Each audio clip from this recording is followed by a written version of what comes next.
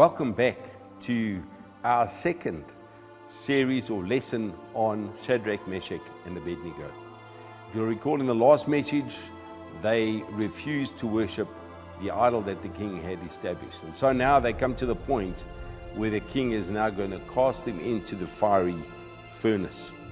I want you to notice that some things happen in Daniel 3 from verse 23 on, and some things that I believe that if we will understand these things, that will help us in our time of trial.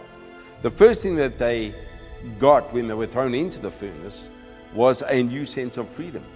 Because as they're thrown in, King Nebuchadnezzar looks into the furnace and he says to his advisors, were there not only 3 young men that we threw in there, but I see 4.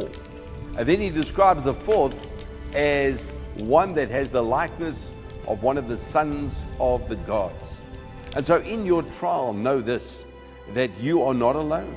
In your trial, Jesus is right alongside you, helping you, guiding you, and supporting you during that trial. The second thing that we find, they get a new sense of freedom. They were walking around unbound in that furnace. The second thing is they've got Jesus in there, and so they've got a new sense of fellowship.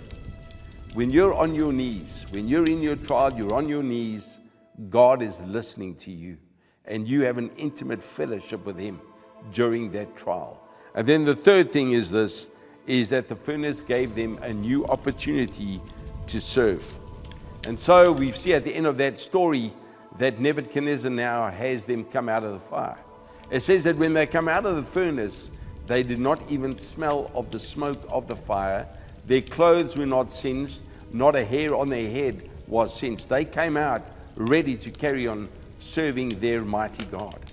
When you come out of a trial, people will see how God has worked in your life, how God has spared your life, and God will use you as a testimony to those around you that He is sovereign and that He will be with you in your fire.